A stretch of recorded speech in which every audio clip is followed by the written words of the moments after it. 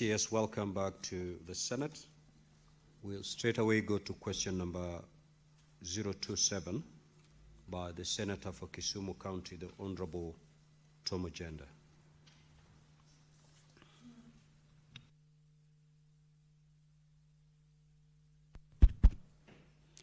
Thank you, Honorable Speaker. I'm Senator Beth Siengo, standing in for Senator Professor Onjenda.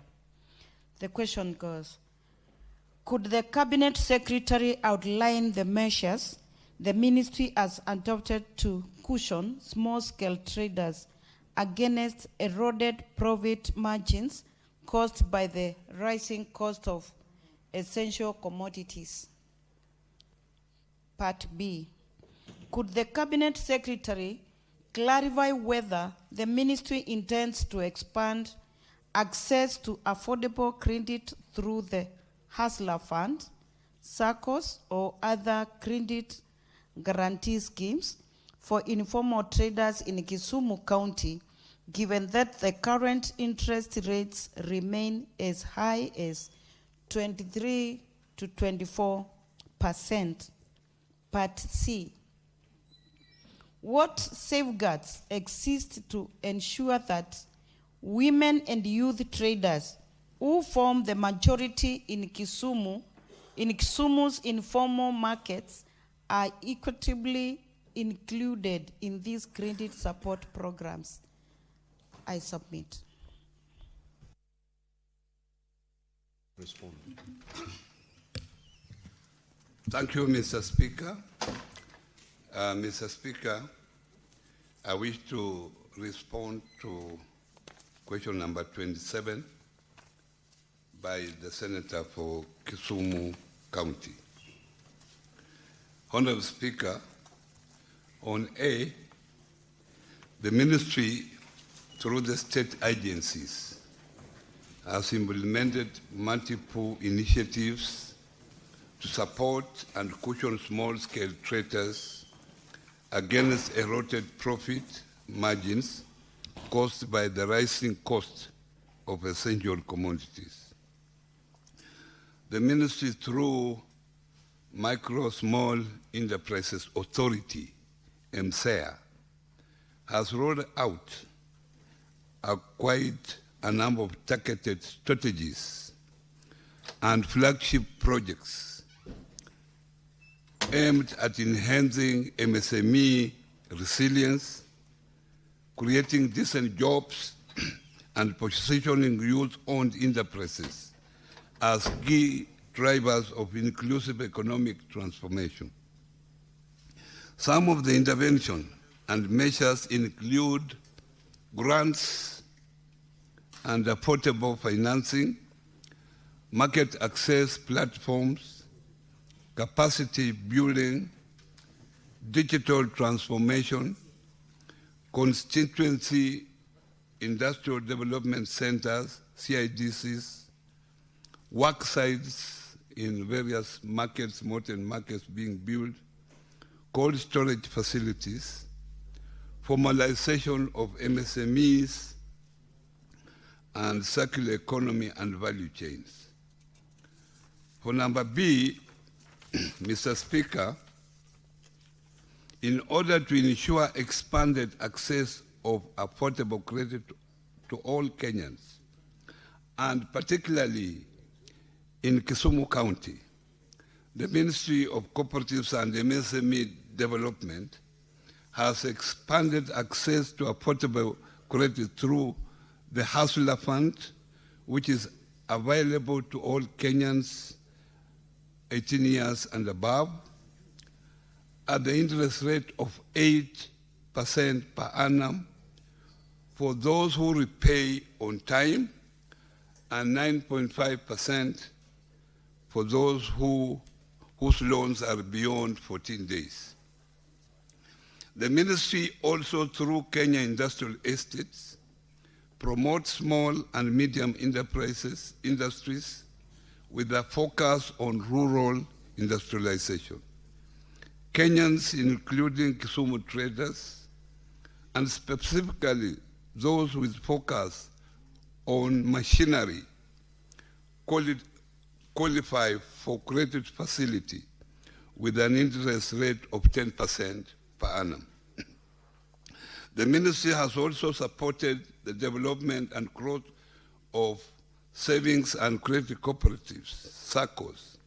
SACCOs are key players in the realization of Vision 2030 and the Kenya Kwanza plan of bottom-up economic transformation agenda by mobilizing savings and credit uptake for investment.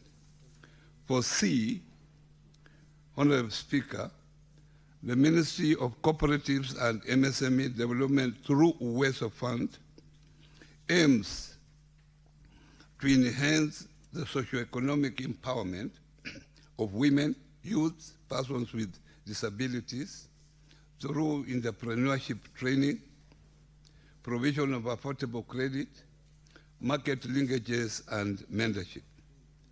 The program is delivered at the constituency level as a revolving fund whose activities are implemented by the respective constituency WESO Fund Management Committee. The fund has provided affordable credit amounting to 197,984,000 to 2,212 groups, 1389 women groups, 745 youth groups, and 78 groups of PWDs. These groups have benefited with Kenya shillings 130,669,440 to women groups, 60,453,285 to youth groups, and 6,861,275 to PWDs groups. A total of 35,241 individuals have also benefited from the fund. The fund provides training of the beneficiary groups before they are issued with loans. So far, 82,659 beneficiary groups have benefited from these programs within Kisumu County, having 276 groups of youth and women who have been trained on business development services. This builds the skills of entrepreneurship and enables the groups to take advantage of procurement opportunities provided through access to Government Procurement Opportunities ACPO. Honorable Speaker, all these initiatives and many more have not fully addressed issues such as sector-specific support, associations alignment, and a comprehensive engagement structure. In order to continually address these gaps and provide a more holistic approach to supporting MSME in Kenya, the ministry has developed a platform that brings together both the public and the private sector with an objective of establishing an MSME development sector ecosystem for sustainable and social economic growth that is generated towards bringing all the stakeholders together through the Kenya Public-Private Sector MSME Dialogue, named MSME Connect. Already, the engagement with MSME have been done with 5 counties, with one held in Kisumu on 28 November 2025, with the participation of over 1,000 enterprises. This has provided an opportunity to all MSME in all counties to market their products, network, and contribute to the policy framework discussion while aligning the business owners to adopt a saving culture through the cooperative. Honorable Speaker, the ministry is also intentionally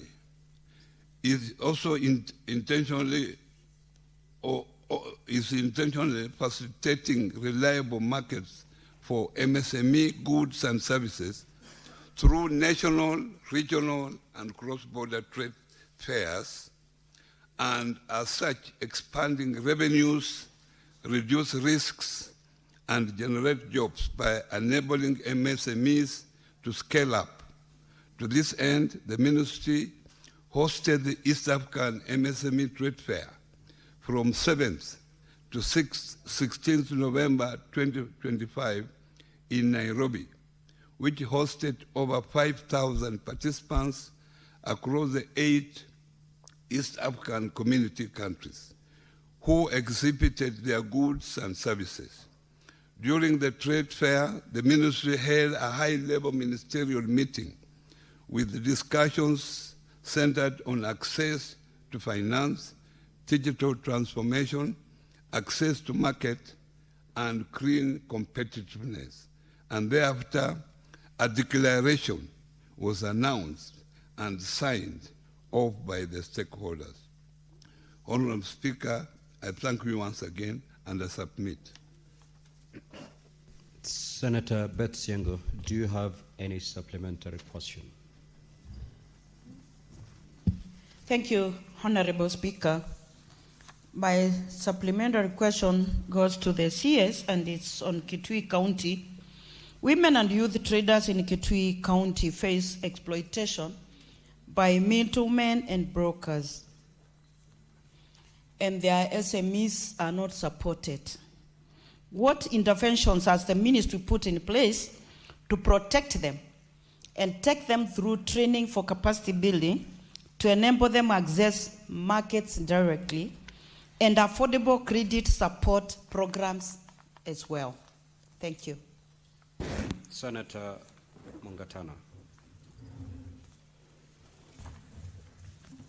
Thank you. Asante Bwana Spika kwa kunipa nafasi na mimi ni ulize swali. Waziri, swali langu ni kuhusu hizi senti ama pesa ambazo zinatumika kwa women empowerment na kusaidia wale ambao wanaishi na disability.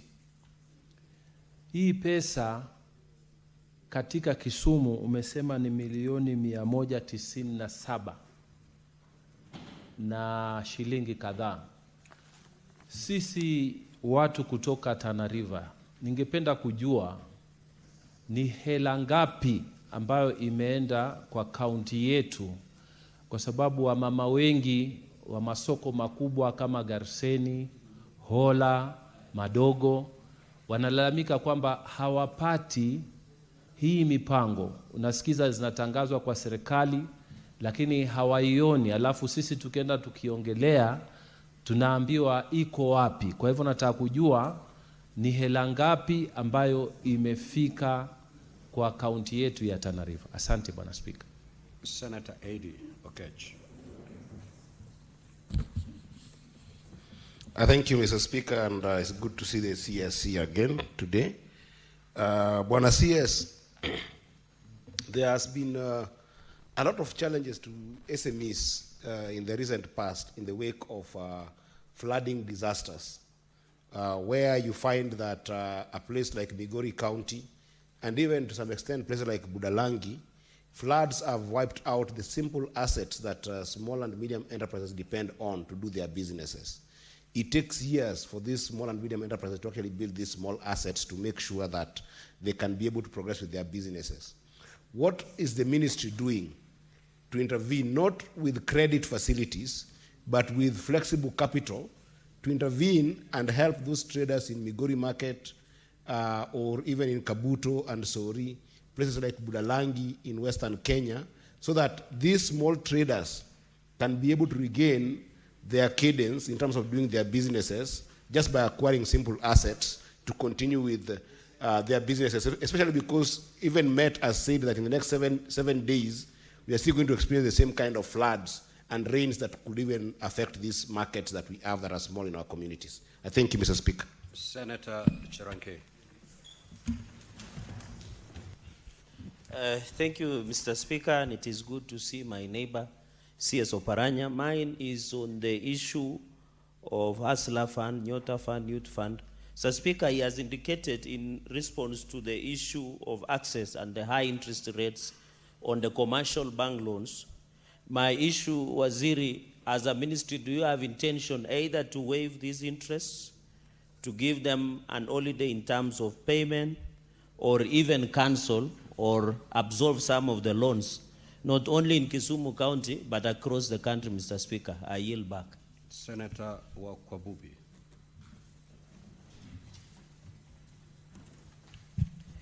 Thank you, Mr. Speaker.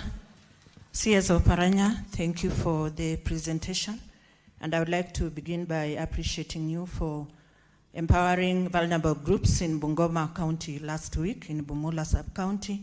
We have got 8 more sub-counties to go, and also the entire Kenya, because I stand for all parties in the country.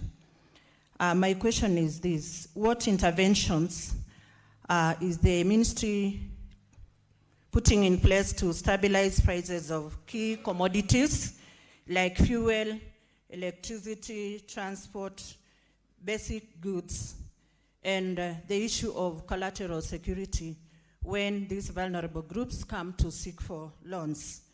And all those are affecting small-scale traders countrywide. Thank you. I yield. Senator Muma. Thank you, Honorable Speaker. Welcome, CS Oparanya, to the Senate. My question is about the Hustler Fund. Honorable CS, among the first days you came here, you indicated that the default rate on the Hustler Fund was quite high. Would you kindly share with this House how much, in terms of percentage, we lost as a country in terms of bad debt relating to the Hustler Fund, and what lessons have been learned and can be shared countrywide openly in order for the future such funds to actually perform better? Senator Mwenda Getaya. Waziri, ningependa kujua, unajua huduma ya Fuliza ilianza kwa msisimko mkubwa sana. Lakini nimepata taarifa kwa wafanyikazi wengi, wafanyabiashara wengi sana wadogo ambao wanasema kwamba hiyo huduma imefifia. Sijui wizara yako iko na mpango gani ya kufufua hiyo huduma ndio wale wafanyabiashara ndogo waweze kunufaika kwa hiyo huduma. Honorable CS, you may now respond.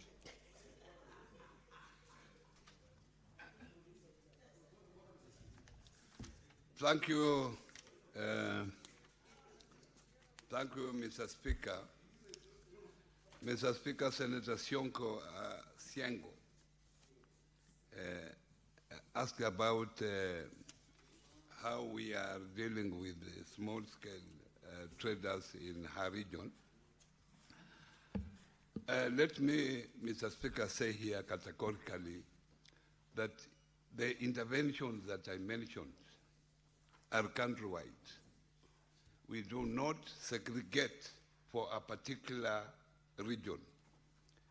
Organization of these groups, we sensitize them. We have officers all over the country who sensitize these groups, who are there to make sure that when these groups are together, they are registered under MSEA.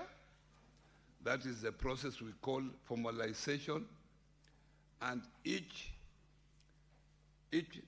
sub-county has an officer from MSEA to ensure that those groups are put together, they are registered, and they are trained. After being trained, it is up to those groups to make sure that they apply facilities amongst the funds, the many funds that have been created by the government. Thereafter, if they get the funds, Mr. Speaker, then we go in to train them for financial literacy so that they are able to know how those groups would manage their finances. This we have done it countrywide, but as I mentioned, we have also the MSME Connect. This is a forum where we involve, as a government, we involve private sectors people, there are private sectors who are also dealing with these small traders. We have NGOs who are there. So we are also putting them together so that we have a uniform way of dealing with these small traders in terms of encouraging them to come together, in terms of the curriculum when we are training them for financial literacy. Mheshimiwa Mngatana uliuliza mambo ya pesa kule Tana River. Ni pesa ngapi ambao tumeisaidia Tana River? Sasa sikujua utauliza swali kama hilo, lakini ukitaka ujue ile pesa ambao kupitia kwa hizi mipango ambao tunayo katika wizara, niko tayari baada ya hii tuende kwa ofisi, au kama siende kwa ofisi niko tayari kuleta hiyo jibu kupitia kwa Mheshimiwa Speaker. On the issue of Migori County, you talked of disaster. Disaster is a cross-cutting issue. It's very difficult to pin disaster on one particular ministry. And when we have disaster, mainly the Ministry of Internal Security plays a leading role. It is a multi-ministerial agencies come together to deal with disasters. So a portion that is applicable to my ministry, you are a portion and you see how to deal with it. And in most cases, you find also, if the disaster is not material, then you find that we leave that disaster to be dealt at the county level. So county governments have also a role to play. Being a governor of Migori, when we have minor disasters involving few traders, maybe floods along the river, maybe there are 4 or 5 of them, then it is important that your first contact should be the governor of Migori to help you. But if it is excess, then the national government comes into multi-agency. Mambo ya Hustler Fund. Hustler Fund, at the moment, it is a very successful fund, I can tell you. Over 27 million Kenyans are now borrowing and repaying a Hustler Fund. The senator says that we give them a whole day, that we waive. There's no free lunch. This money is given for these people to do business. And as you know, government does not do business. The government also sometimes borrows this money from elsewhere to make sure that they cushion these traders, and the government has to pay with even a low interest rate. However, Uwezo Fund is interest-free. Uwezo Fund, where we encourage groups to come together, work together, we train them. Those particular funds are interest-free, and I will encourage you members of the Senate to be very close to your members, especially those women groups and youth groups, to help them, sensitize them on what the government can do for them, because being their representative, you have more information, you are more knowledgeable than them. Now, on the issue of the nominated senator from Bungoma, thank you, Senator, for attending my functions when I was there, where parks have been misrepresented. But I thank you for coming. Stabilization of prices is something that cannot be approached for one ministry. it is a whole government approach. But the Ministry of Finance plays a key role in stabilizing monetary issues, fiscal issues. Also, the role of central bank is very critical. So it's not just an issue of one ministry. This a multi-ministerial, it's a national government entire approach. So this is not an issue that I can tell you that I can have the right answer for you. But what I can say as a ministry, we are just trying to cushion small businesses by making sure that they get credit, affordable credit from various funds created by the government. And this also improves in stabilization of prices to some extent, because their products are fairly priced to the people. On the issue of collateral, the issue of collateral has been an issue, especially when you talk about small traders who don't have fixed assets at the moment that they can use for collateral. And that's why the government has introduced Hustler Fund. With the Hustler Fund is a digital financing ecosystem that you do not need collateral at all. And Hustler Fund now, if you are a good borrower, you borrow and you repay. Now you have a limit of borrowing up to 150,000 shillings, which you can borrow at very low interest rate, but no collateral at all. I will encourage members of parliament here, the senators, to be part of the ecosystem of Hustler Fund. Because unless you are in need, then you cannot educate other members of your members of your community. On the Hustler Fund default rate, usually when a new thing comes up, people rush to test to see what is in there. And this is what happened with Hustler Fund. Quite a number of people who came in, about 7 million came in, borrowed, and some disappeared. We have been talking to these people, and I can assure you that some of them have been able to pay. But it is not all lost. We are encouraging them that please pay, and when you pay, your credit limit is enhanced, and so you are able to borrow more. And in any case, if we want to follow them legally, we have the ID numbers, because the borrowing is attached to ID numbers, so all is not lost.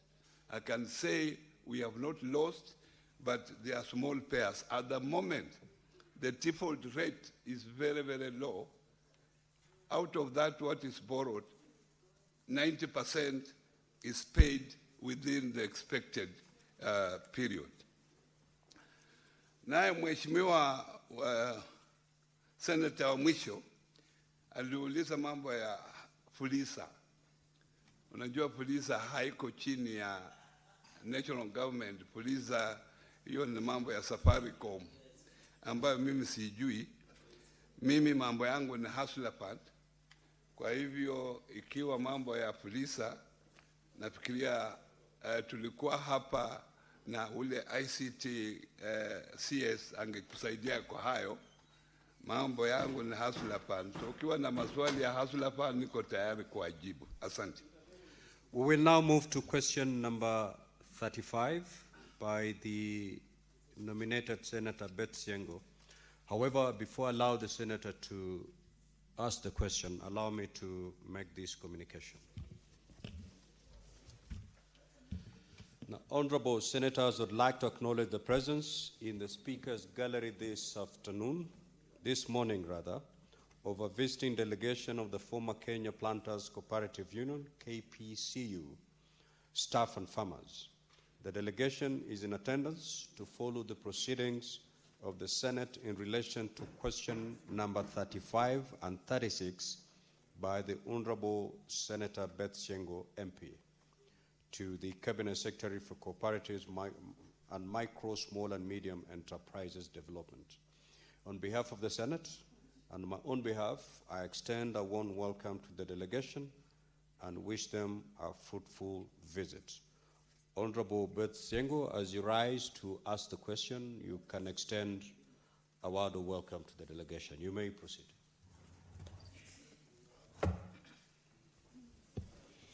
Thank you, Honorable Speaker, for giving me this opportunity. I take this chance to welcome the guests who are seated to follow the proceedings and the answer to the questions that I've raised, because they are directly affected by this. Honorable Speaker, I come from Eastern Kitui County, and these great citizens of Kenya, majority of them come from Central. This is a message to say that Kenya is one,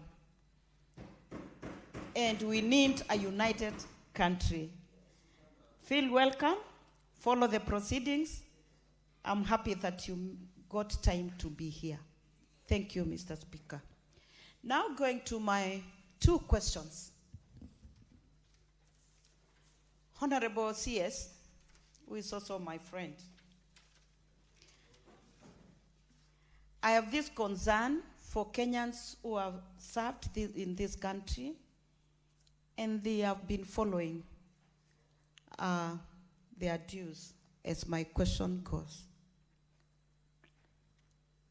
Honorable CS, when will the ministry ensure payment of outstanding terminal dues to the laid-off staff of the defunct Kenya Planters Cooperative Union, KPCU, numbering 402, who were separated from service between 2002 and 2010, and who are owed approximately 400 million. B, could the Cabinet Secretary state whether the ministry has comprehensive payment schedule for settlement of the said staff dues, indicating timelines, amounts payable, and beneficiaries, and whether the schedule provides for interest accruing from the date the payments fell due, including timelines for payment of such interest. Honorable Speaker, I don't know whether I'll leave it at that, because the following question is also mine. Are they related so that the Honorable CS can take them at once? Okay, let him respond to that, then I'll ask the second. Honorable CS, you may proceed to respond. Thank you very much, Mr. Speaker. And Mr. Speaker, I also want to also acknowledge the presence of the delegation from Eastern on this particular important issue. It shows how this particular answer is important to them. Therefore, Honorable Speaker, I wish to respond to question number 35 by the Senator Beth Siengo, and my response is as follows. The ministry will settle the outstanding staff terminal dues amounting to Kenya shillings 528,691,304.81 under the COV Debt Waiver Program in the second quarter of the financial year 2026-2027. For B, the ministry has a comprehensive payment schedule for settlement of the said staff dues.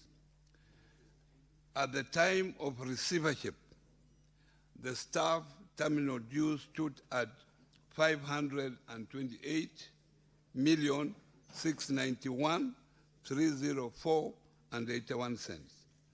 This comprised of a former MD and deputy MD at 12,371,448.10 cents. General staff dues 7,896,687.55. Statutory liabilities 64,640,371, and staff creditors 340,438,017.86. And provision for court awards, legal costs and interest on staff dues of 103,344,584 and 66 cents. The outstanding staff terminal dues shall be paid under the coffee debt waiver program in the second quarter of financial year 2026-2027. And Mr. Speaker, I want to add and apologize that these payments have been outstanding for long, and I know the affected employees have really suffered. But I want to make a commitment here that we shall make sure that these payments are made as stated in my statement. Very well, Honorable CS. Senator Beth Sengo, do you have any supplementary question? Thank you, Honorable Speaker. I really appreciate the CS for his response. However, I have this supplementary. Some of the staffs have passed on, others who are sick are unable to access medical care, and other expenses such as food, shelter, and school fees. The ministry has been promising, as you have already indicated, Bwana CS, that you are going to pay. What guarantee is there that this matter will be concluded? Bwana CS? No, that's my formula. Honorable CS, respond to the supplementary question. The prime supplementary question. Yeah, thank you, Mr. Speaker. Mr. Speaker, I want to promise here that already this payment has been approved by the cabinet, and already it is going to be allocated in the coming financial year. The debt waiver was audited and established at 6.8 billion Kenya shillings. Out of that, Mr. Speaker, already the ministry has been given 2 billion Kenya shillings, and we are expecting 4.8 billion shillings, of which we have prioritized payment of this staff dues. And these matters arose because there was a receivership. And when there is a receivership, sometimes our hands are tied. We have to operate within the receivership regulation and laws, and that's why it has taken quite a bit to pay this particular staff. But let me guarantee you, Madam Siengo, that this amount will be paid as stated. Because this was a commitment by His Excellency the President when he promised to waive coffee debts. And this staff were lucky that part of the receivership amounts that were outstanding from the old KPCU amounting to 1.4 billion was included in that particular amount.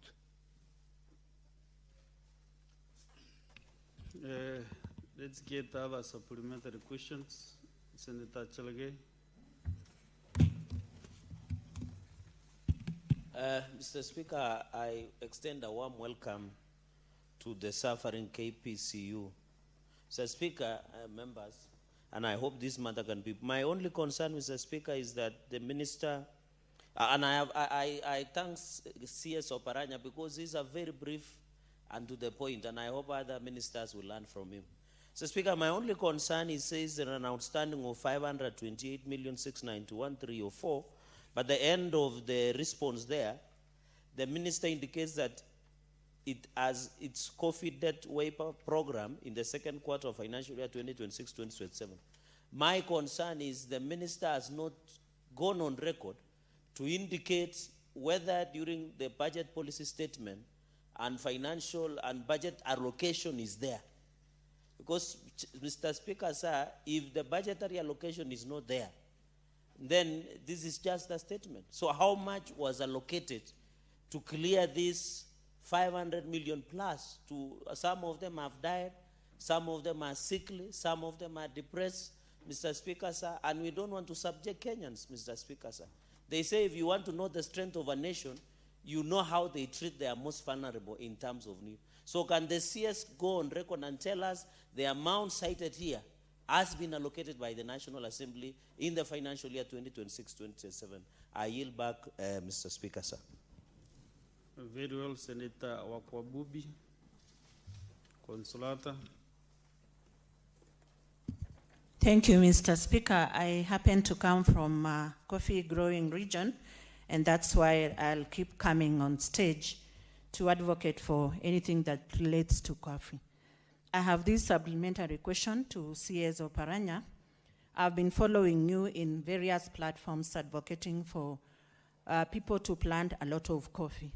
Now that the pool is becoming vast, can you tell this House the long-term policy interventions the government will implement to prevent recurrence of unpaid terminal dues in parastatals and cooperative institutions undergoing restructuring? Thank you.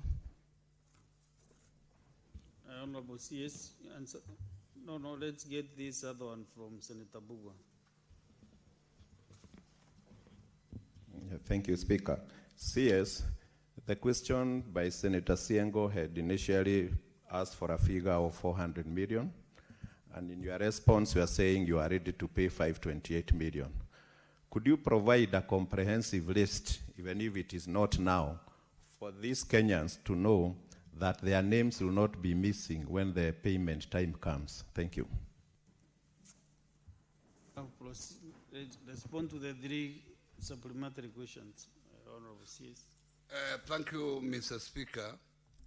On the first question, let me assure this House that, as mentioned earlier, the total figure that His Excellency the President committed himself to pay as coffee debts, of which 1.4 is included under the receivership of the old KPCU, 2 billion was already dispersed to the ministry by the Treasury this financial year.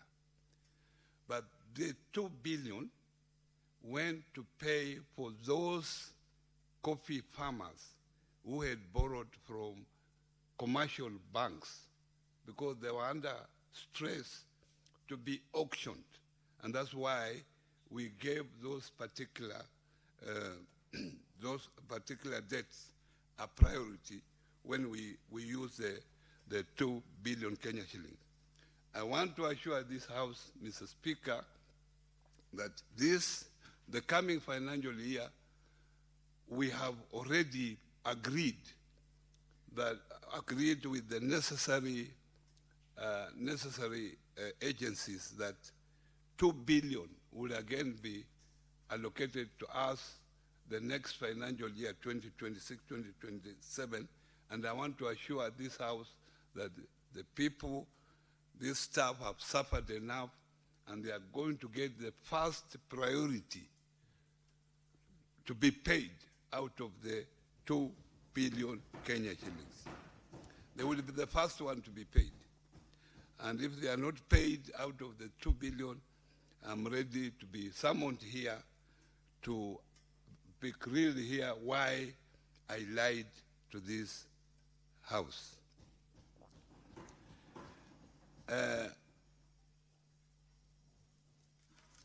The other question by the senator, my sister from Bungoma, the issue of long-term intervention and paid payments.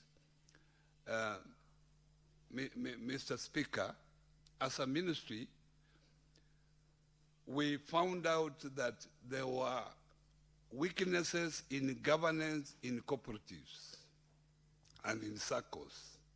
That's why some of these issues have been reoccurring year in, year out. As a long-term solution, the ministry has come up with a reviewed or revised cooperative bill 2025, which is already has gone through this House. It has also gone through the National Assembly, and now it is at mediation level. We are certain that if that particular bill is enacted, most of the weaknesses that we have been having in cooperatives will be sorted out. Issues of governance, issues of term limit, issues of supervision, they all have been addressed within that bill. Secondly, we have also the SACCO Societies Amendment Bill, which is already before the National Assembly, and it is on their way. They have gone through it. It is on its way to this House. And please, I plead with you that when it comes before you, look at it objectively so that we are able to pass it. And if the two bills, the mother bill and the SACCO bill, both of them pass, they will be able to resolve some of these issues. There will be non-payment because it may decades against such issues. I think those are the three questions. This one from Senator Chalgi. The last one is the list of beneficiaries. I never carried. I have the list, and it can be availed. I have my colleague here who is supporting me from New KPCU. I want to direct him to provide that list of beneficiaries so that, Mr. Speaker, it can be forwarded to your office for the consumption of the Member of Parliament. Senator Chalgi, what is your point of clarification? Mr. Speaker, you know, I only want one commitment from the CS on budgetary allocation. He is saying there is 2 billion Kenya shillings, but he has not committed that out of 2 billion Kenya shillings, the amount of 500 plus million that should be allocated to declare these employees of KPCU, he has not met that commitment that in their allocation. What he said, and I saw the former employees nodding and they were happy, is that he gave his commitment to clear the pending bill of the former employees first. First priority is to clear them. Mr. Speaker, I don't know whether my English and yours are the same and the English. No, Mr. Speaker, you know, I went to the great school of Kapsawet boys, where it has produced 2 or 3 presidents of this country, including the current one. My only concern is he has said there is 2 billion that has been allocated to the ministry to look into this issue of coffee debt waiver. My only concern is he willing, as per the priority and schedule list of the beneficiaries of former employees, including, and Senator Siengo has put it correctly, including the estate of the deceased and the sick who cannot access those funds, including the administrators, so that any person who has passed on, the administrators or their beneficiaries can be able to benefit from the payout. That's not only my concern, but I appreciate with the way he's committed to resolve this matter once and for all in this financial year. I yield back, Mr. Speaker, sir. I don't want to bring the CS on that matter back to the podium, because this House has clearly absorbed its commitment, and it is on record that you will clear all the issues. And he has committed also to give the list to the representative of the KPCU members. So maybe what I can request is that the CS also has also said that he wants to be summoned again back to this House if he doesn't pay. So his commitment, and I know where he comes from, I know he is really committed, because my culture and his culture is almost the same. So when a man says, I commit, you take that as a gospel truth. And also the PS is aware, if we say yes, it is yes. A no is a no. So let's go to the next question, kindly. Thank you, Mr. Speaker, sir. Question 36, 036. Could the Cabinet Secretary explain when the ministry plans to pay outstanding proceeds due to coffee farmers for coffee sold through the defunct Kenya Planters Cooperative Union, KPU, in the coffee pool year 2008-2009, amounting to approximately 60 million? B, could the Cabinet Secretary further explain whether the ministry has a payment schedule for the affected farmers indicating timelines, amounts, payable and beneficiaries, and whether the schedule provides for interest accrued from the date that proceeds fell due, including timelines for payment of such interest? Thank you. Bwana CS will respond. Yeah, Mr. Speaker, let me on the onset say that such issues of delayed payment will never happen again. Since then, reforms have been undertaken,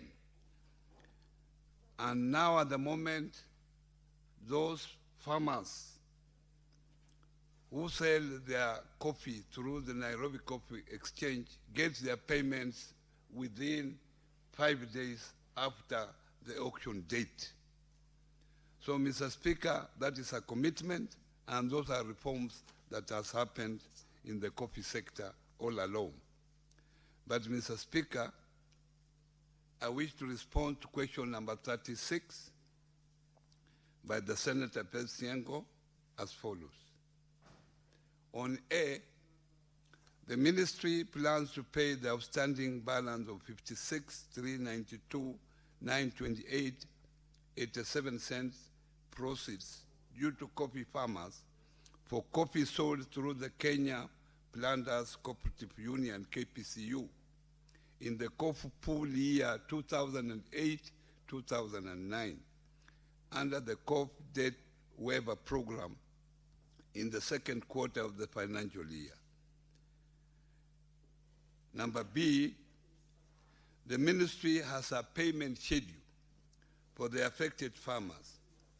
The outstanding amount to coffee growers in the coffee pool 2008-2009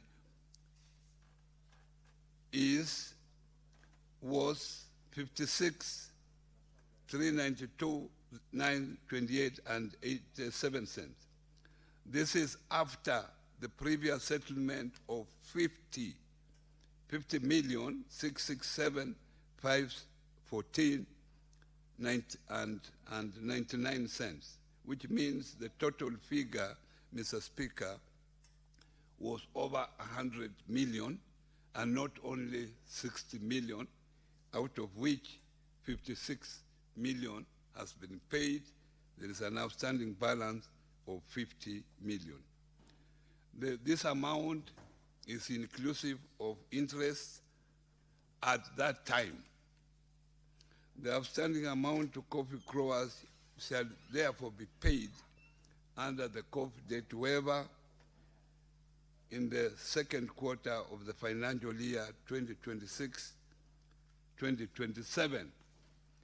And I want to categorically state here that this question has similarity with the previous question, because this amount is part of the 1.4 billion owed to staff and various suppliers of the old KPCU, which has been included in the coffee debt waiver program for the second quarter of 2026-2027, and I want to confirm that this amount has already been proposed for allocation in the budget of 2025, 2026, 2027 financial year. Senator Beth Siengo, if you have any supplementary question, again. Thank you. I think the clarity was on the year, the budgetary allocation, because he has mentioned two. So kindly, I would only request for that clarity. Which financial year? Any other supplementary questions, Senator Chalagay?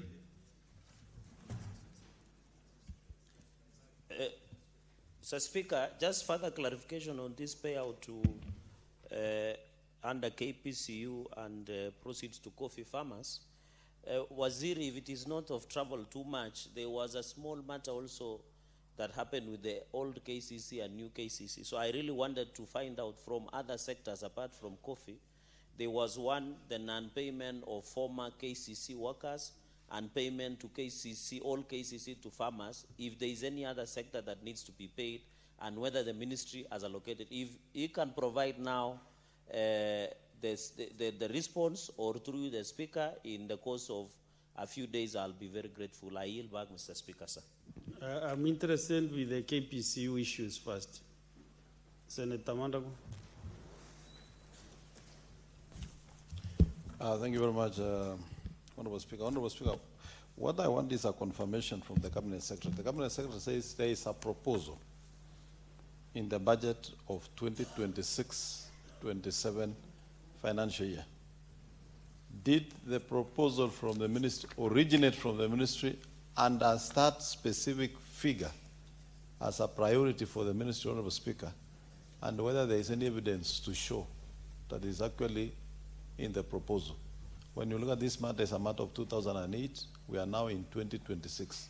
Even the very farmers we are trying to pay, some of them, I don't know how they are going to receive that due, but probably when we offer offerings in the church, they will celebrate in heaven. So the few are still alive. They should be paid as soon as possible. So we want a confirmation and evidence that is actually in the budget. And it is upon the ministry to make sure that that allocation remains in the budget, and whether it is a priority in the budget.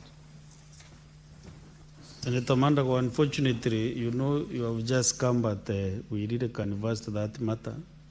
But for the interest, since you are one of the key representatives from the lift, you'll just get an opportunity to just give you that surety. But he really committed himself to those figures.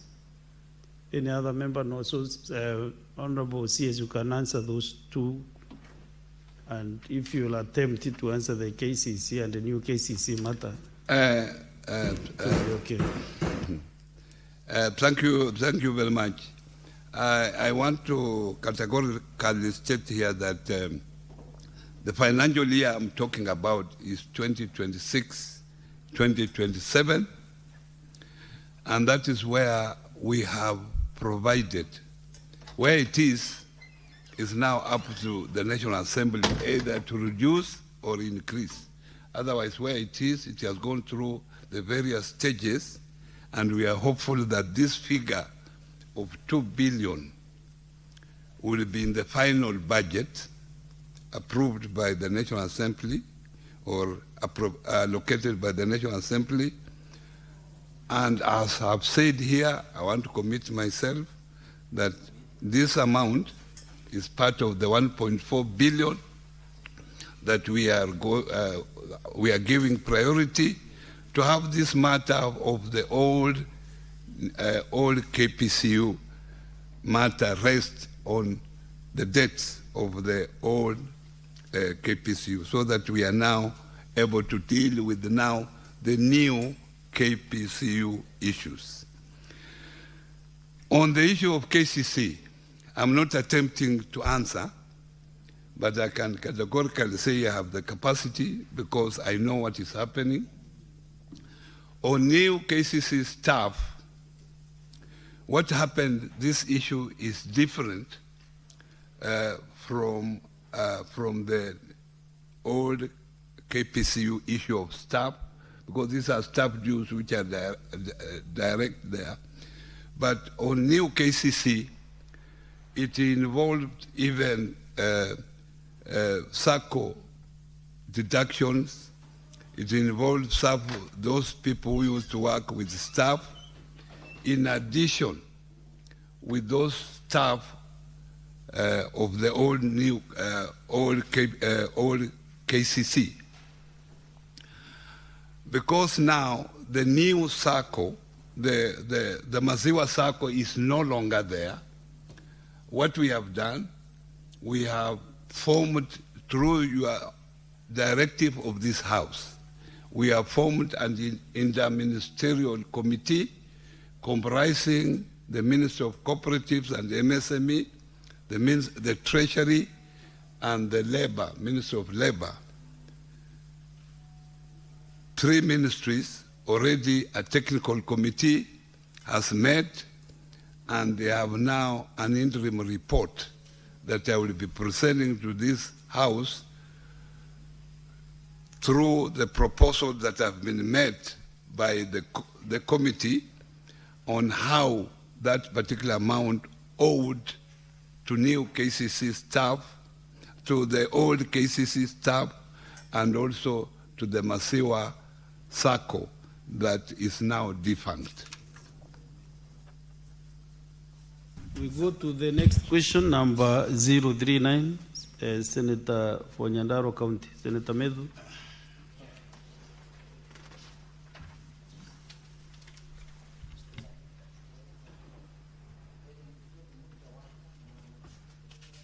Okay, Senator Mohamed, in fact, you can ask on his behalf. Yes, Your Honor, I was authorized by Senator Medhu to ask this question on his behalf.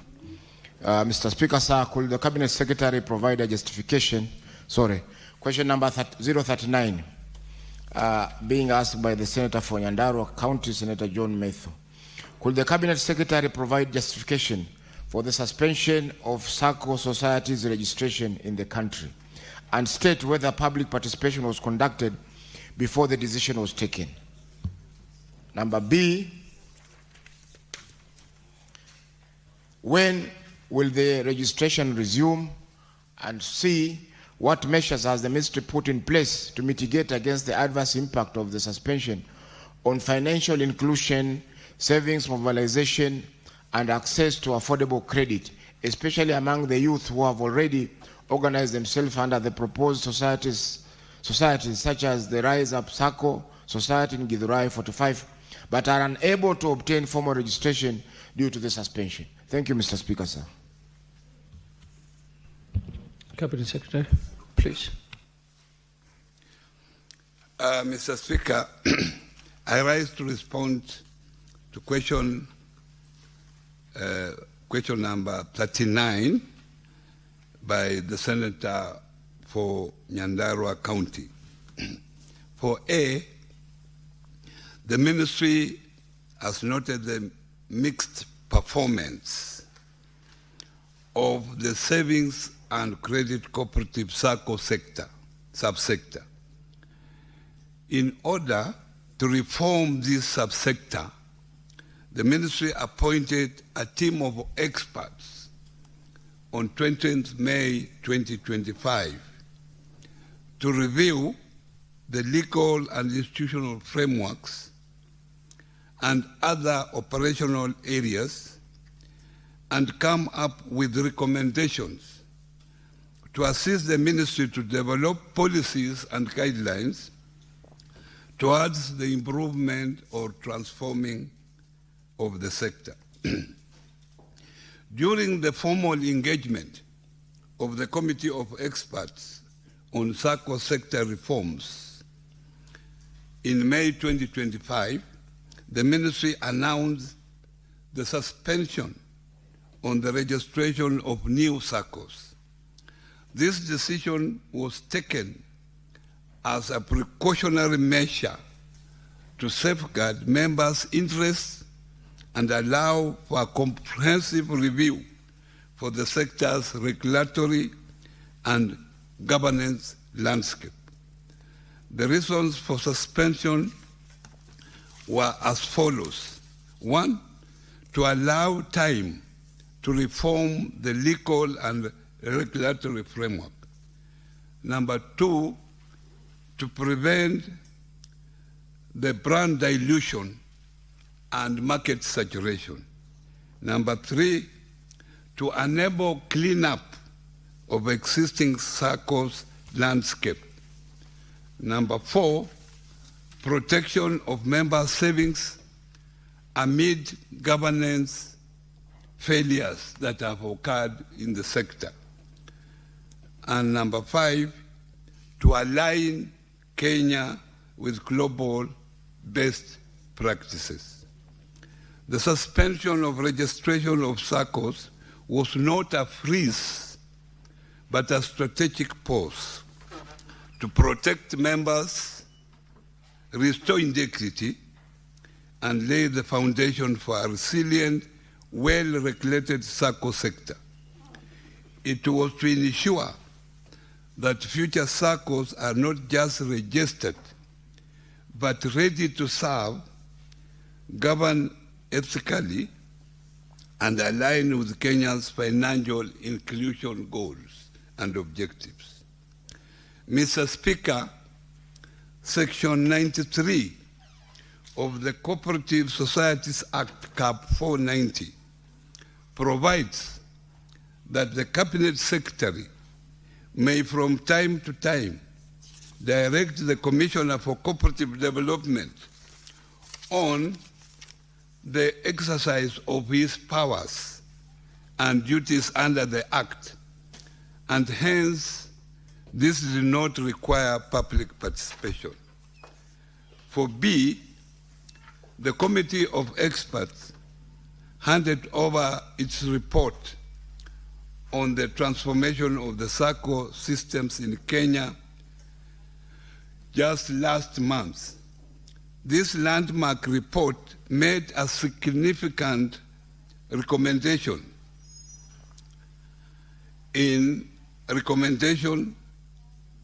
and if the recommendations are adopted, this is going to be a milestone in our collective efforts to build a SACCO system that is resilient, transparent, well-governed, and fit for the future.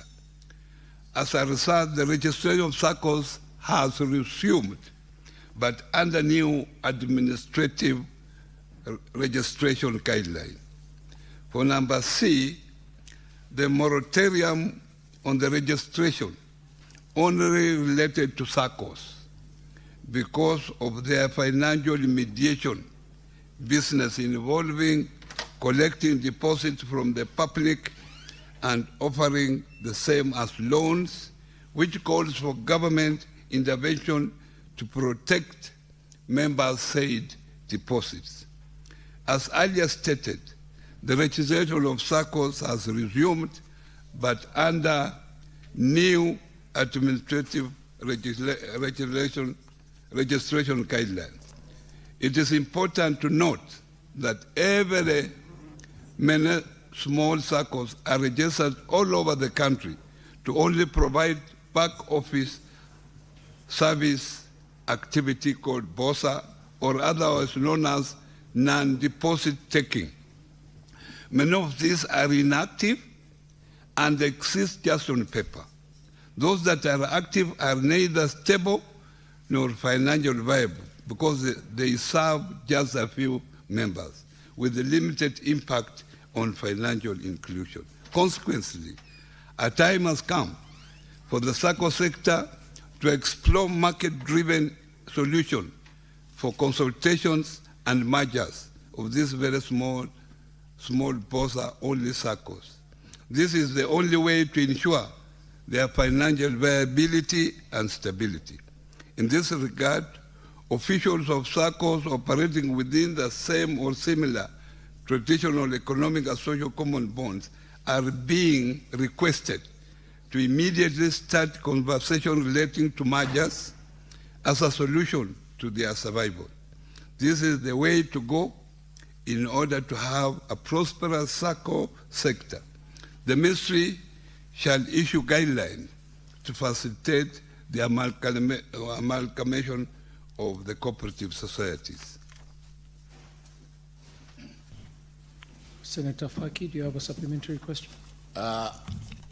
Sina swala la ziada, ni kutoa maoni tu kwamba kusimamishwa kwa uandikishaji wa vikundi vya SACCO, Mheshimiwa Spika, kwa sababu ya mikakati ya kurekebisha sheria za uandikishaji ni sawa na kuzuia watu wasiweze kuzaa, kwa sababu kuna baadhi ya wale watoto wanaozaliwa ni wahalifu.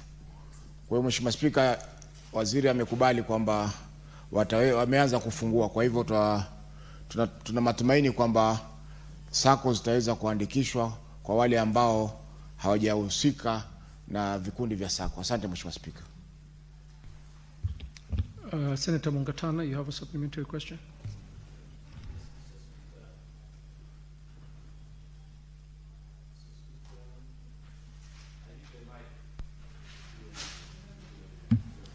Thank you, Mr. Speaker. Mr. Speaker,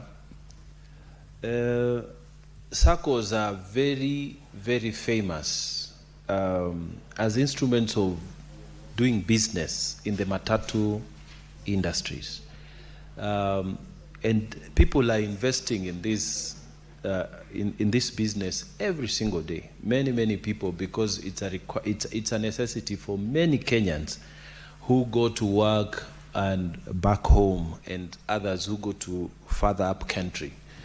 So, Mr. Speaker, it was quite sad to hear that the minister has suspended the registration of new SACCOs, and although he has explained a good reason for doing so, and which we accept, what we needed are clear timelines. Like, Kenyans now listening to him would want to know exactly when is it that they can now resume registration, because people are buying vehicles every day, and people don't want sometimes to go to established SACCOs, especially in certain routes, because those SACCOs, as you well pointed out, Waziri, some of those SACCOs are very badly managed.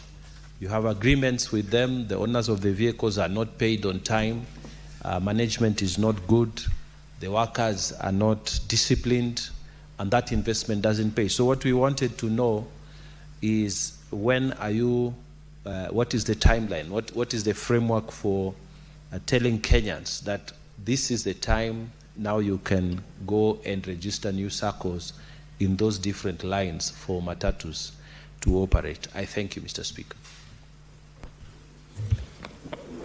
Cabinet Secretary.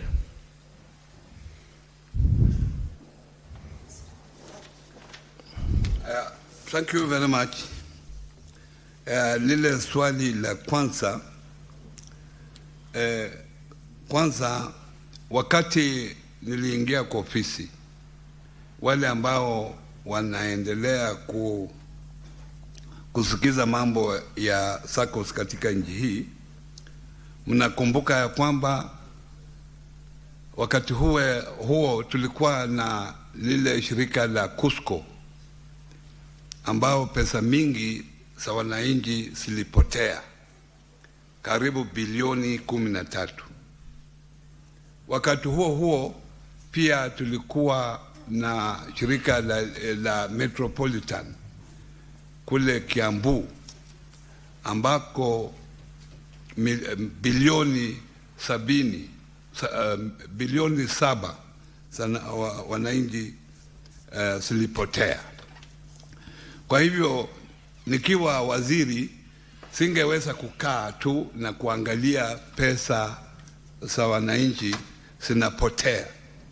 Ndio kwa sababu tuliwaamua kama wizara tuangalie ni nini suluhisho la ambalo linaweza kusaidia pesa za wananchi zikiwa kwa SACCO siwe zinaangaliwa vizuri. Ndio nikaja na hiyo kamati ya expert ambayo imeleta recommendation nzuri. Pili, tulisema tuko na kwa register ya SACCOS katika nchi hii tuko na SACCOS 14,000 na ukiangalia zile ambazo zinaleta returns ni chache sana. Kwa hivyo niliamuru commissioner wa cooperative aandike barua kwa hizi SACCO zote silete returns. Kwa hizo 14,000 karibu 2,000 peke yake ndio zimeleta returns. Ni kuonyesha ya kwamba zingine ziko tu kwa majina lakini asifanyi kazi yoyote.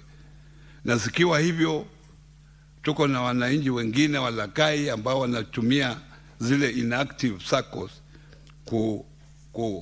kuchukua pesa kutoka kwa wananchi. So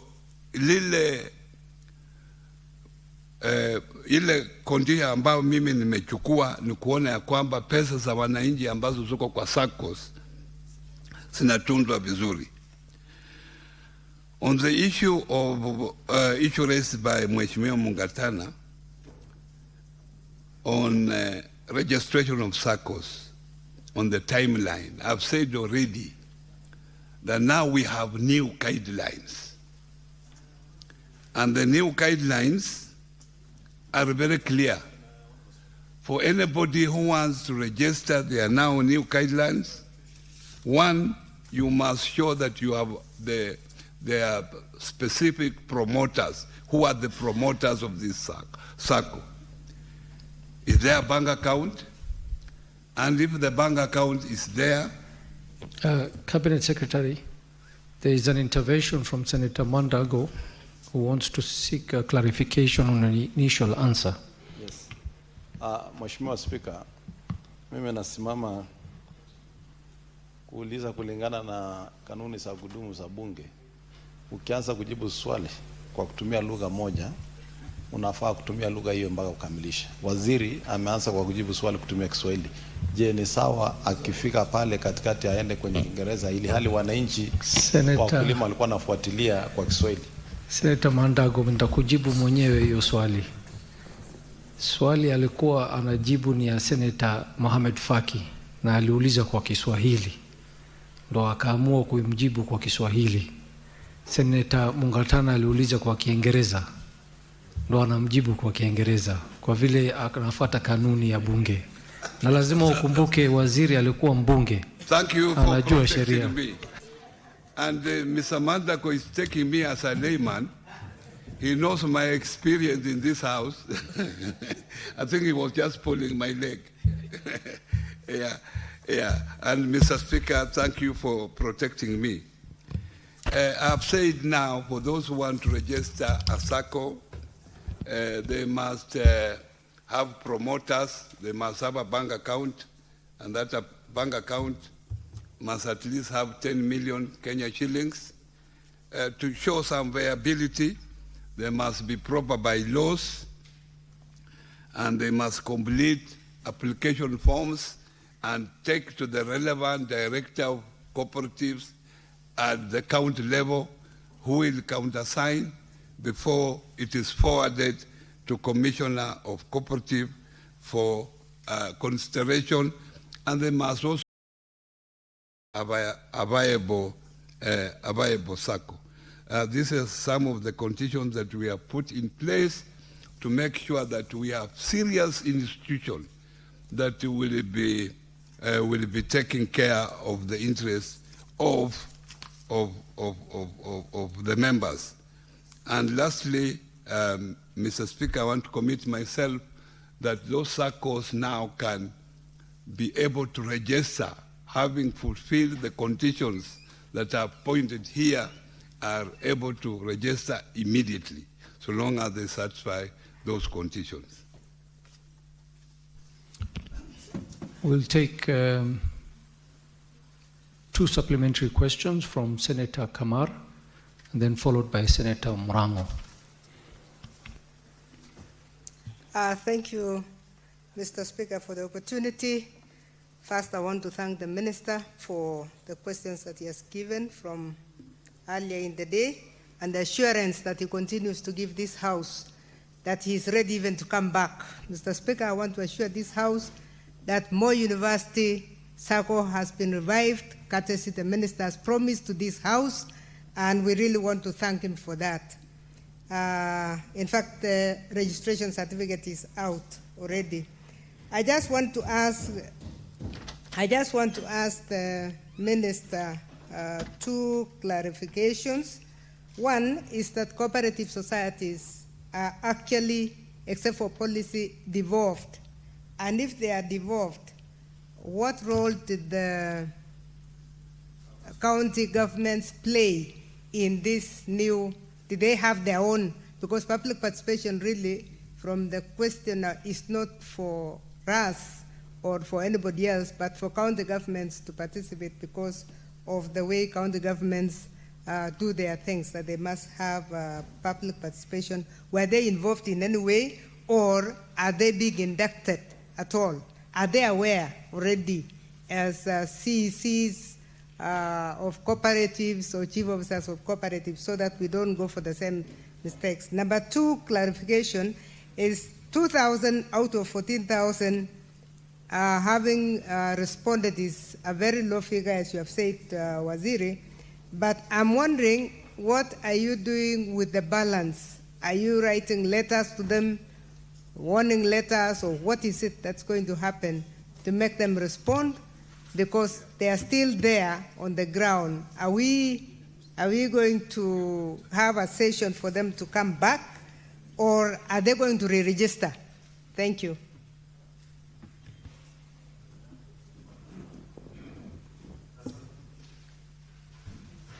Asante Mr. Speaker. Okay.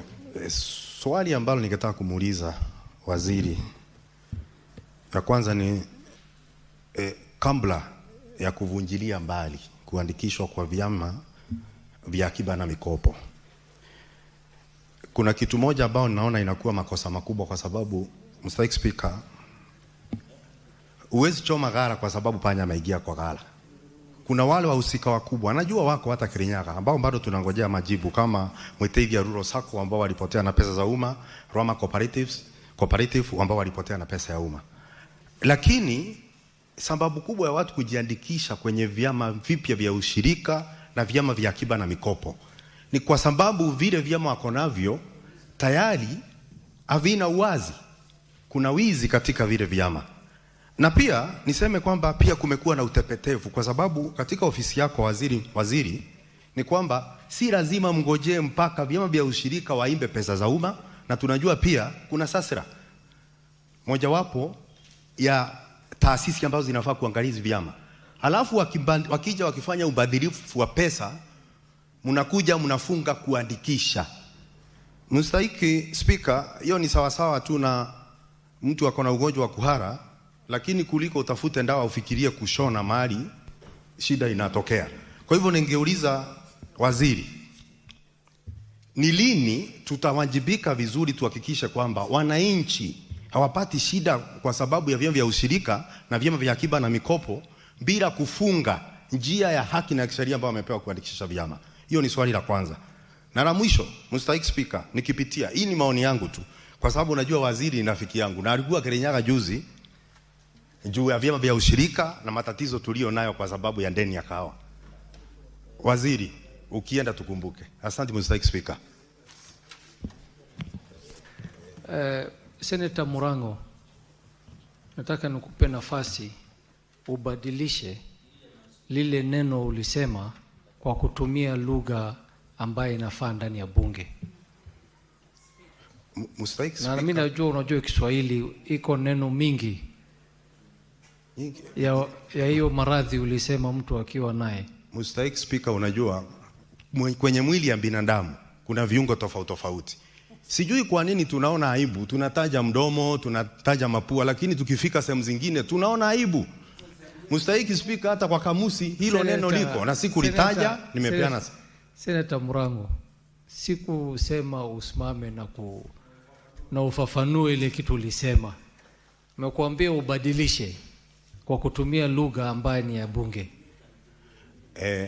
Mstahiki Speaker, neno gani hilo Mstahiki Speaker? Sababu sikutaja. Usinifanye nirudie Murango, Senator Murango, unajua vizuri sana ile lugha, ile neno na kuambia ubadilishe.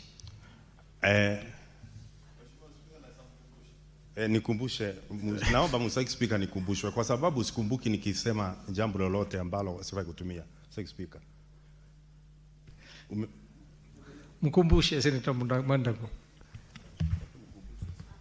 Unajua Mstahiki Speaker, seneta wa Kirinyaga anajaribu kucheza mchezo wa paka na panya. Ulitoa mfano ya ugonjwa wa kuendesha, lakini neno ambalo nilitumia si kuendesha. Hilo neno ndio tunafaa sasa urekebisha. Mstahiki Speaker, nitambadilisha jina kuhara niseme kuendesha, lakini kuhara na kuendesha maana ni sawa. Mstahiki Speaker. Sawa Murango. Cabinet Secretary. Thank you, Mr. Speaker. Thank you, Honorable Kamar, for appreciating what we did for the Moi University SACCO. I think now it has been revived, and as a senator of that region, I hope you put your interest there so that that SACCO is able to serve the people of the university. Now, we acknowledge here that cooperatives are devolved.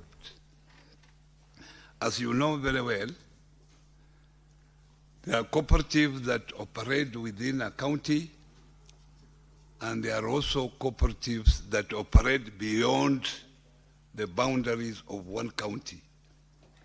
So there are county cooperatives, and there are also county national cooperatives that operate throughout the country.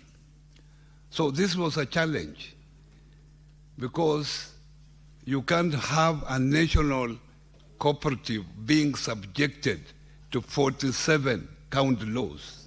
It will create a problem.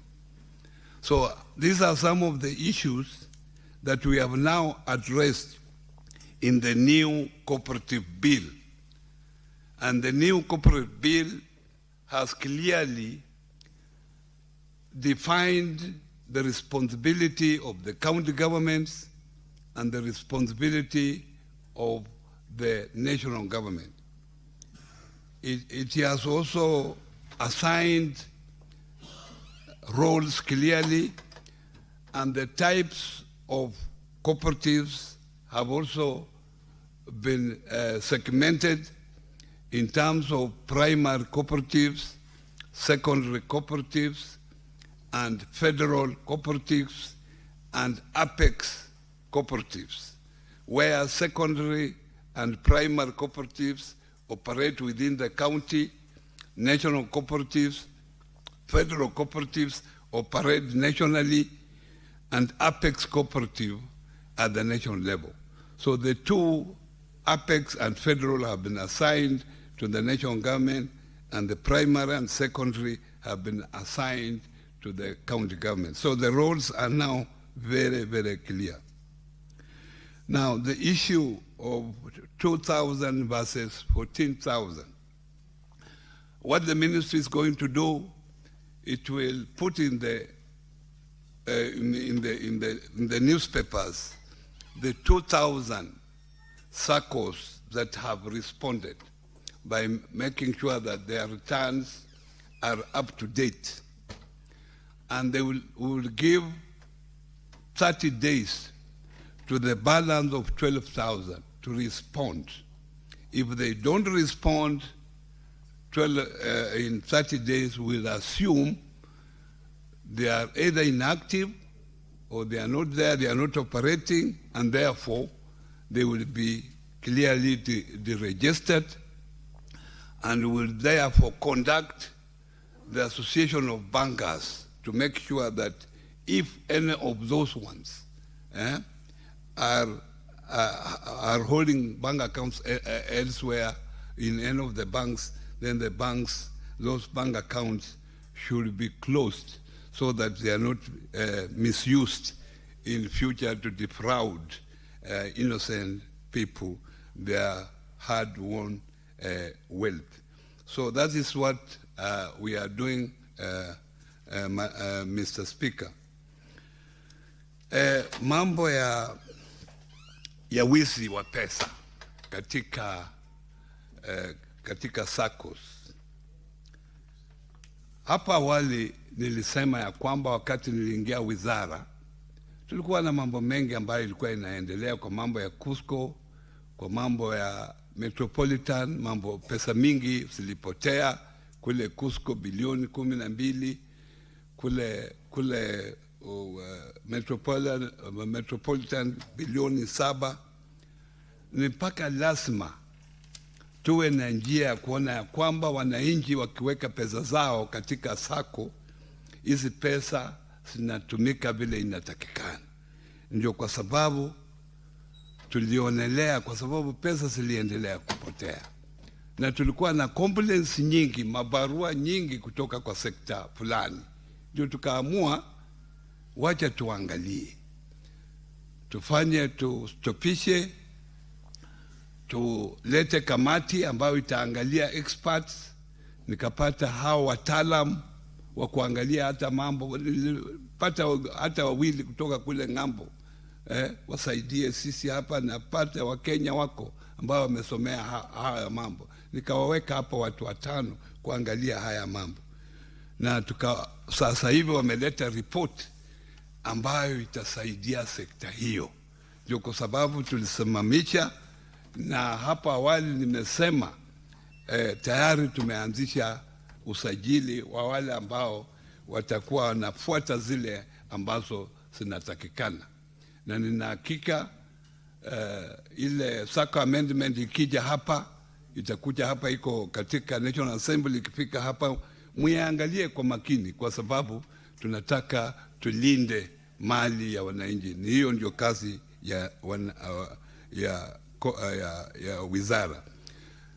SASRA ilikuwa na mamlaka ya SASRA ilikuwa limited, yani SASRA ilikuwa iangalie wale SACCOs ambao wana mali ya milioni 100 kwenda mbele. Ile recommendation ambayo imekuja sasa imesema shilingi ikiwa kwa banki na shilingi ambayo kwa cooperative siko sawa. Kwa hivyo mamlaka ya SASRA sasa imepanuliwa ili iangalie cooperative zote. Hakuna iangalie ile ya 100 peke yake na iwache hizi zingine, kwa sababu shilingi ni shilingi. Hata ikiwa kwa cooperative kubwa, ikiwa kwa SACCO kubwa, ikiwa kwa SACCO ndogo, shilingi ni shilingi. Asanteni, Mr. Speaker. Thank you, Cabinet Secretary. We'll take the last batch of questions, starting with Senator Kinyo. Thank you, Mr. Speaker. The Cabinet Secretary has indicated that over 10,000 SACCOs risk being deregistered. Mr. Speaker, that one will lead to less competition, which will consequently bring about higher interest rate on the loans, but low interest rate on the savings of members. What is the Cabinet Secretary going to do to caution the good Kenyans? Thank you, Mr. Speaker. Thank you. Next question by Senator Newton.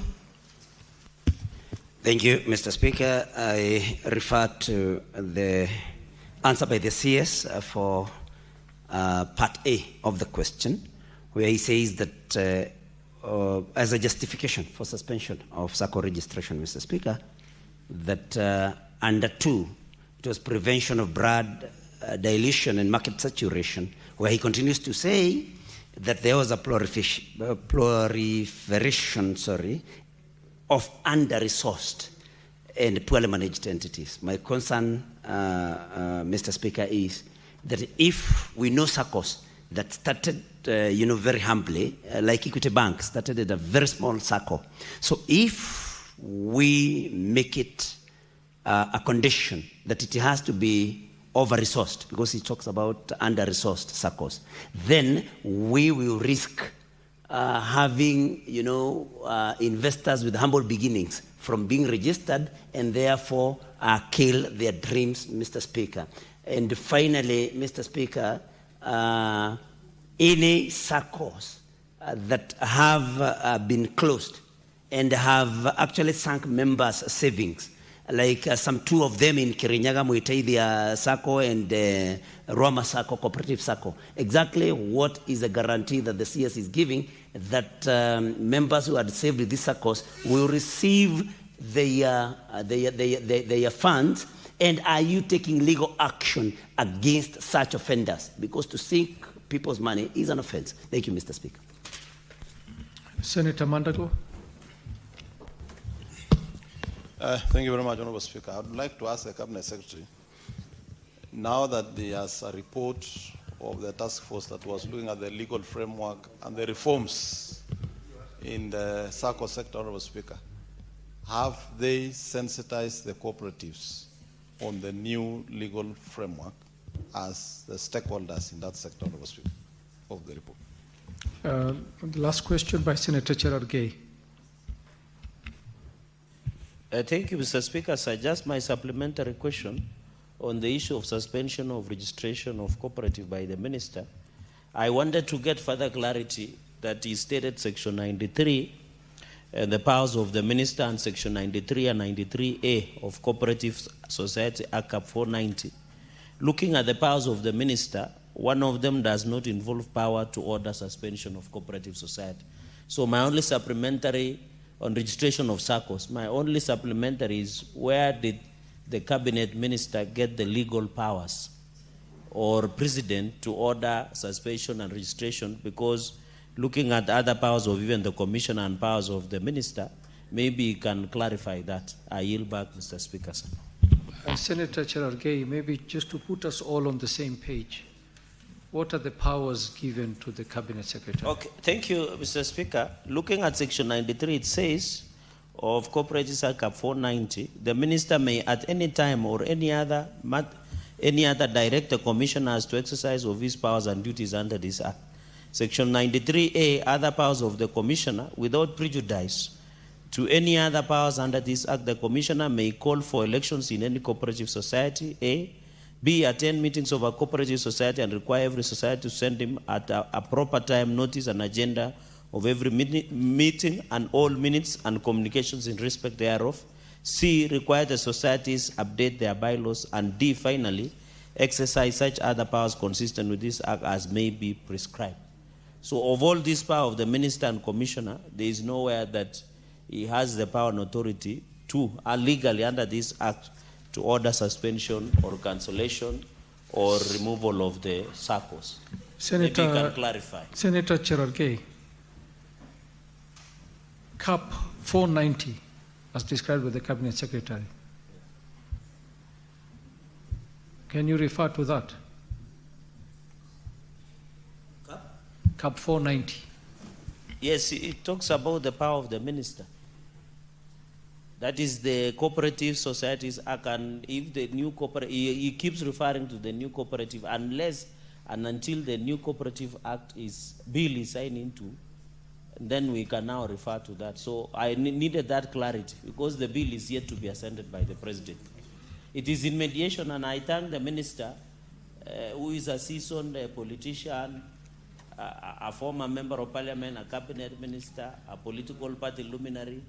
I wanted to find, is it hard for him to tell us which power is it using? Is it the power on the bill or the act itself? That is my only clarity, Mr. Speaker. Yes, in fact, Senator Murango, who opens the doors for the people of Kirinyaga, is the one leading the mediation. Thank you, Senator. Cabinet Secretary, you may respond. Yeah. Thank you very much, Mr. Speaker. On the question raised by Honorable Kinyua, Senator Kinyua, I've clearly said that as provided for in law, and this law was, the Cooperative Act was established in the 70s. Things have changed. Within that law, it provides that any 10 people can come together and form a cooperative or form a SACCO, 10 people. And looking at what has been happening all along, all these years, over 30 years, over 40 years,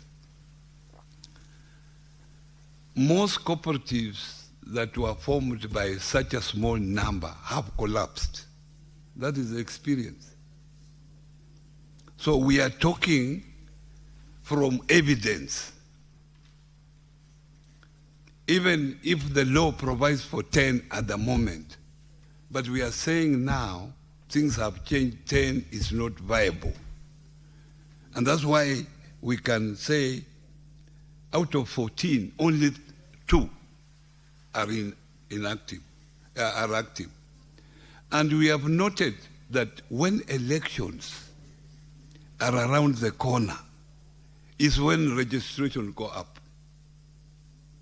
During that time, there is also a rambase being conducted for SACCOs. The time you hear of a rambase, because a SACCO should be a self-sustaining institution. The time you hear of Arambe, know that that SACCO will never survive after the election. As responsible citizens of this country, we must guard resources of innocent members who come together to form a SACCO. And this is the essence of what we are saying. So we are saying SACCOs are all over. They have opened boundaries. They are not tribalistic. So you can join a SACCO any corner of this country. Nowadays they are digital. They are digital. So you can join any SACCO. And then we are saying, come together for economies of scale. And as a ministry, we are providing guidelines if you decide to come together. We are saying all SACCOs must now digitize. How do you digitize when you have no capacity? You have only 500 shillings in the bank account and you are waiting for a rambe to be conducted. We must be serious. Because these things going on that we are now empowering SACCOs, those things after elections, there will be nothing. So, if we want to empower, let's empower women groups. Call them groups, but don't call them SACCOs. So I've looked at these issues very critically, honorable members. And that answers even the next question, because the next question asks what guarantee. These people have lost money. This is part of the reforms that are coming up. These are part of the reforms we are bringing. We are creating the post-guarantee fund.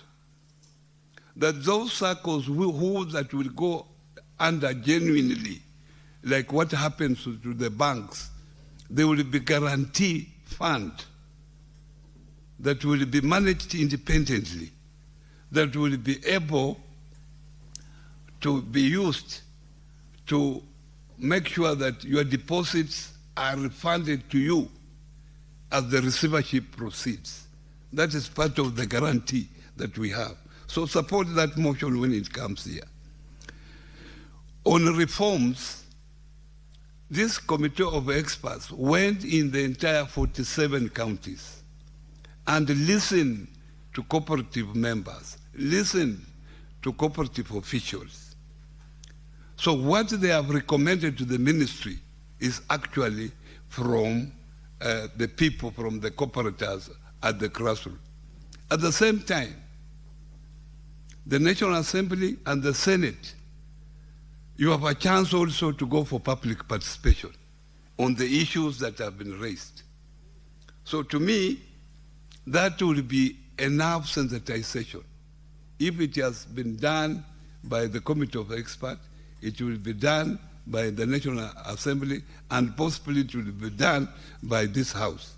That will be enough sensitization on reforms that we are bringing.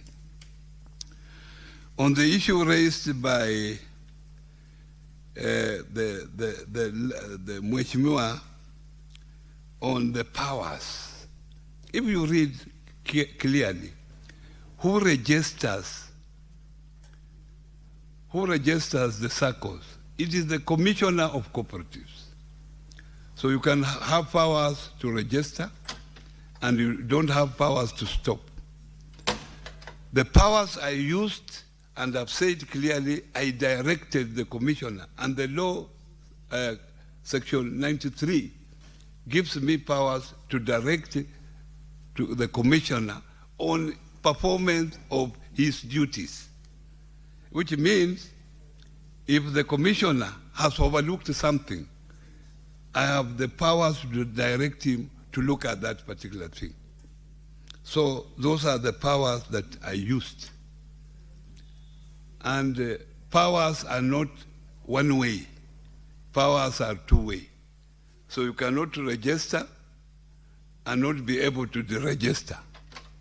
Thank you. Thank you, Cabinet Secretary. There being no further questions, we shall allow the CS to take leave. Cabinet Secretary, we thank you very much for your time, and we wish you all the best in your duties. Karibu sana. Clerk, next order.